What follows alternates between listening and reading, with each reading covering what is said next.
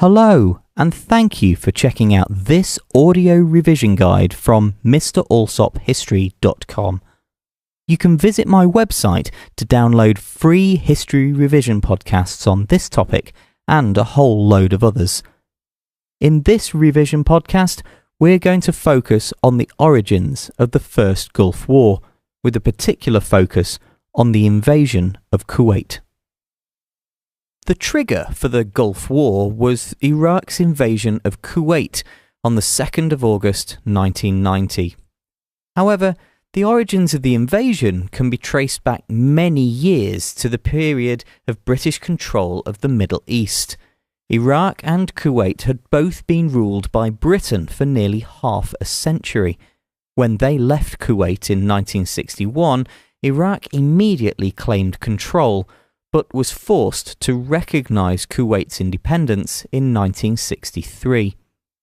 This long-term tension lay simmering under the surface for many years, but began to seep out into the open following the Iran-Iraq War. To fund the war effort, Saddam Hussein had been forced to borrow $80 billion American dollars from allies and neighbours, and so was left with crippling debts. $14 billion of this money was owed to its small neighbour, Kuwait. The post-war economy did little to assist Iraq's economic recovery, as the worldwide price of oil was low due to an oversupply. This meant that Iraq's economy, which relied on oil exports, suffered significantly, with some economists calculating that Iraq lost up to $14 billion a year between 1985 and 1989. Iraq had tried to get OPEC, who controlled oil production, to reduce global production in order to try to increase prices, but OPEC refused. Saddam accused Kuwait and the United Emirates of producing more than their quota, and consequently lowering the global price of oil. Furthermore, Saddam accused Kuwait of so-called slant drilling, which stole oil from the Iraqi-controlled portion of the Rumaila oil field that lay on their shared border. Although diplomatic talks between Iraq and Kuwait began in July 1990, and Kuwait promised to reduce their production, the talks soon broke down. Later that month, Saddam met with April Glaspie, the United States ambassador to Iraq, where she told the Iraqi leader that the USA had no interest in the Iraq-Kuwait dispute and so would not get involved. Saddam saw that this effectively gave him the green light to invade Kuwait, although a last-ditch attempt to reach an agreement took place on August the 1st, when representatives from both Iraq and Kuwait met in Saudi Arabia. At this meeting, Iraq demanded that Kuwait pay $10 billion in compensation for lost revenues, and Kuwait, in their place, offered $9 billion. This failed to resolve the dispute, and Iraq invaded Kuwait the next day, on the 2nd of August 1990. Shortly after midnight on the 2nd, the Iraqi invasion began when approximately 300,000 military personnel began moving into Kuwait to take on their comparatively tiny military of just 16,000. Despite months of threats from Iraq, the invasion still caught the Kuwaitis by surprise, and Kuwait City fell under Iraqi control by the end of the day. Another 2 days of fighting defeated the remaining military resistance, with surviving Kuwaiti forces and military equipment being evacuated to neighbouring Saudi Arabia and Bahrain. Saddam installed a puppet government to rule Kuwait before he then annexed it to Iraq. However, unwilling to live under Iraqi rule, approximately 400,000 Kuwaitis and thousands of other foreign nationals fled the country.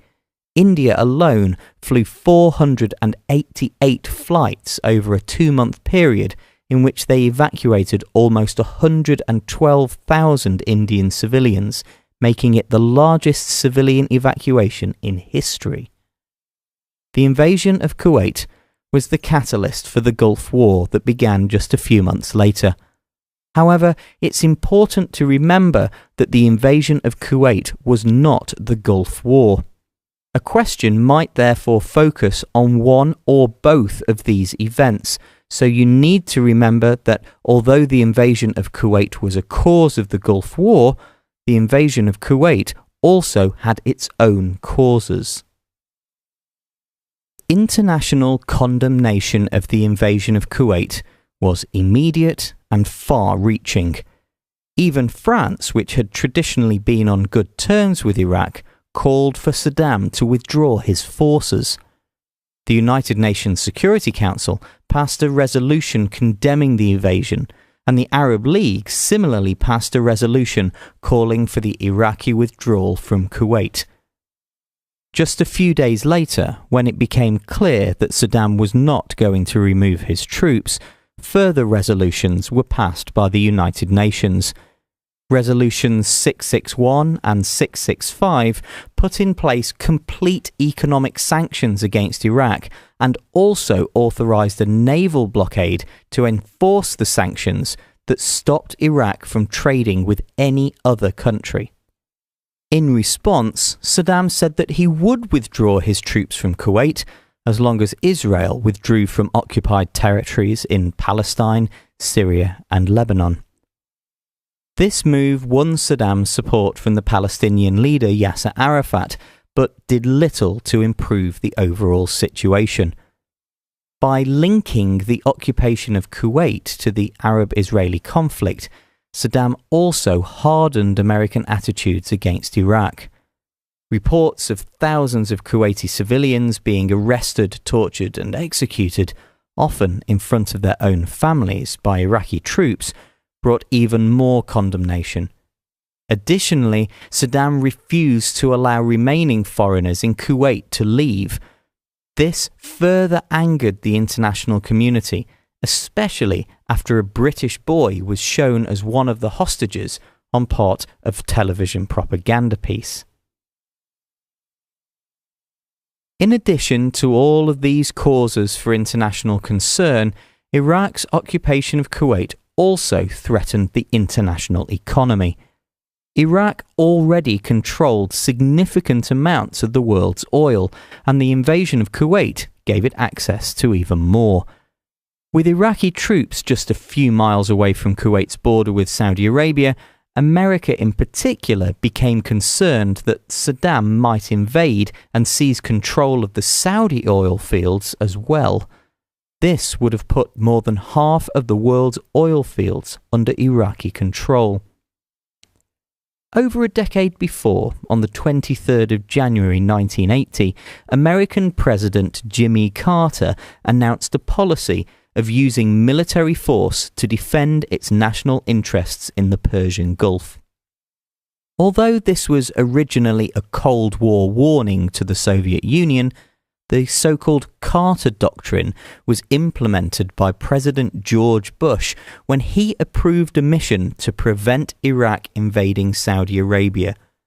Known as Operation Desert Shield, it began on the 7th of August, just a few days after the invasion of Kuwait, and provided the backbone for the international coalition that later fought against Iraq. On the 29th of November 1990, the United Nations Security Council passed Resolution 678, which gave Iraq an ultimatum. If Iraqi troops did not withdraw from Kuwait by the 15th of January 1991, military force would be used against them. US Secretary of State James Baker visited a number of countries to ensure support for a multinational force, and he succeeded in securing troops and money from both Western and Arab countries. Although some of the nations were reluctant to join, eventually 34 separate countries joined the coalition that went on to be commanded by US Army General Norman Schwarzkopf Jr.